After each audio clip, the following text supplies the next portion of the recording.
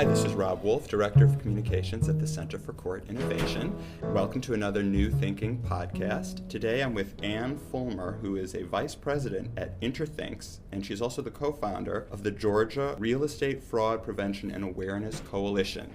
And we've just spent a couple days in Washington, D.C. at the Bureau of Justice Assistance at a focus group discussing the impact that foreclosures are having and mortgage fraud is having on communities around the country and various law enforcement and justice system responses. First of all, welcome. Thank you. Glad to be here. Happy to have you here. You were a dynamic speaker, and that's one reason I invited you, and you've been doing some interesting work. I wanted to ask how mortgage fraud, which maybe people associate or think of as a white-collar crime, think of as something involving the financial world, how that actually impacts crime and impacts communities.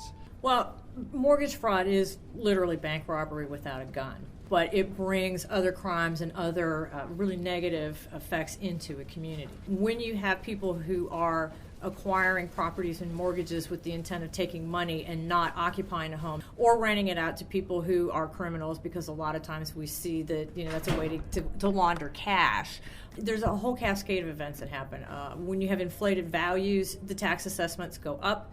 People who move into the neighborhood later are going to pay more than the houses are really worth, because on paper, in the real estate listings and in the tax digests, the properties look like they're worth more. But because it's bank robbery without a gun, these properties inevitably go into foreclosure. And foreclosures, as you know, have a negative impact on all of the surrounding properties in the immediate vicinity. And then you have underwater borrowers, you have vacant houses, you have blighted houses, and as you know, vacant houses invite crimes like prostitution, vagrancy, arson, drug dealing, those kinds of things. Well, so tell me about your personal experience, because I'm interested in how you as a community member became aware of this and actually became very involved in fighting it. Well, I'm a recovering lawyer, and I was at home on the mommy track after my children were born in a very high-end, well, maybe not very high-end, but a very nice neighborhood on the eastern suburbs of Atlanta. Yes, it was a suburban neighborhood. And back in 1996, we started noticing, and I started being told, because I was involved with the community association, that people were buying houses in our community and walking away with a lot of money. And I thought, how do they do that? Because I haven't bought that many houses, but I've always written a big check. What am I doing wrong? Over time, I started to notice that houses in our neighborhood were selling twice on the same day and for hundreds of thousands of dollars on the second transaction. Wow. There were a couple of houses on my street that sold for about $300,000 more than they were worth at the time.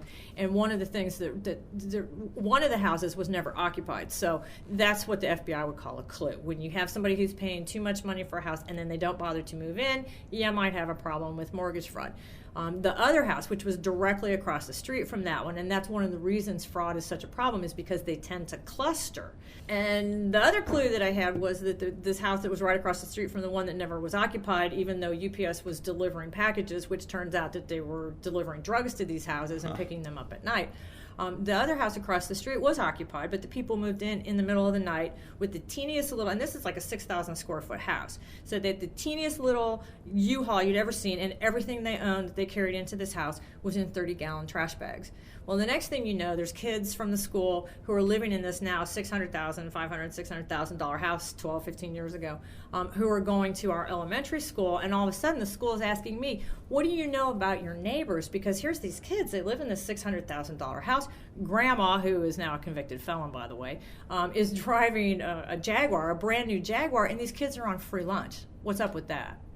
And because these things were happening, and people, because of my work in the community, were telling me about other houses, I started to look into these transactions, and I discovered the really very typical web of transactions where you have a few people who are buying a lot of houses all over. And I realized it wasn't just, the 20 or so houses that I ultimately identified in my neighborhood, but it was happening all over Atlanta. And as I kept trying to get someone to address the problem, which at first they wouldn't do because I was dismissed as a bored housewife who needed a better hobby, I started finding out that it was happening. It wasn't just Atlanta, it was all over the country. Now, without going into too much detail, what's the basic principle here? I mean, this person moved in with trash bags and yet could afford this house. How did this person profit from this transaction? The people who moved in with the garbage bags were actually ex-cons who were friends of what we call the orchestrators. The orchestrators are the people who are the brains behind and who profit most from these transactions. I see. And they were recruiting people who were coming out of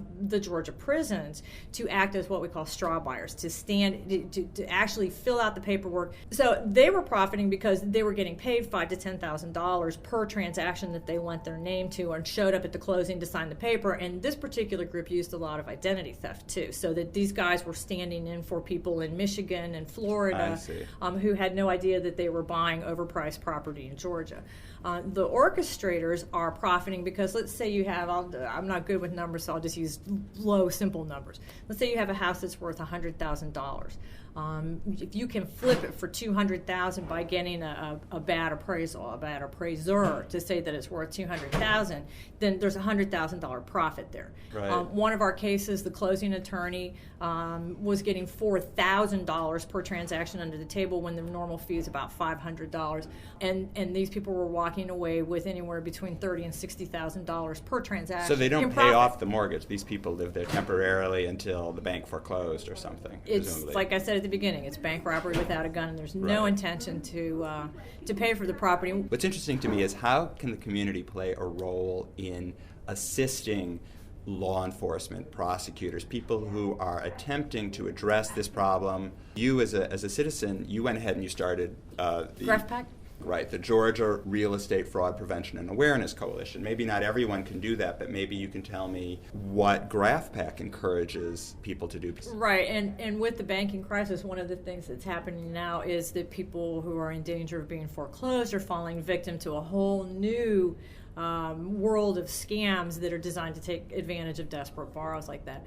I think that there's a couple of things. One, when you're talking about spotting fraud, people who are in neighborhoods are the canaries in the mine, because you know when somebody gets $100,000 more than their asking price, you know, because you hear through the grapevine that somebody came in and the house was on the market and somebody made an offer sight unseen. You hear these kinds of things, or that the seller got $75,000 back, or that the borrower got a bunch of money back. So in that sense, it's you can be the first eyes and ears for your law enforcement community.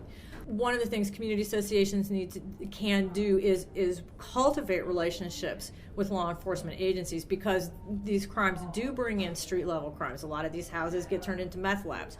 They get turned into grow houses, so you've got a pot farm in the basement. If they're not occupied, you have arson issues, you've got prostitution, you've got drug dealing, you've got vandalism, you've got fires, all this kind of stuff. So it really behooves community members to inform themselves about this, and for community groups to do it, because it really can have a tangible impact on their very quality of life and their safety, the public safety. Absolutely, and you need law enforcement to help you with that. But the other side of the equation, I think, is education, because one of the ways that my community ultimately shut down the flipping was by engaging the community in dialogue about what mortgage fraud is. We didn't know the whole scope. We didn't know the whole panoply of damages that were going to happen. But we started talking about what we were seeing. And one of the things we were able to do was to educate sellers, so that they would be wary when somebody came in and made a weird offer. And instead of just saying, wow, somebody wants to give me $100,000 more than I'm asking, cool, where do I sign? They would stop and they would ask. And we could say, yeah, that's a huge red flag for mortgage fraud. We educated the realtors who farmed our neighborhood, because realtors like to have a specialty in an area. We worked with closing attorneys. We worked with, basically we made a whole lot of noise and said, not in our backyard, but it really is a lot about education. Wow. Well, I want to thank you so much for taking the time to talk to me, and it was a pleasure to meet you. Once again, I've been speaking with Ann Fulmer, who's a vice president at InterThinks and a co-founder of the Georgia Real Estate Fraud Prevention and Awareness Coalition.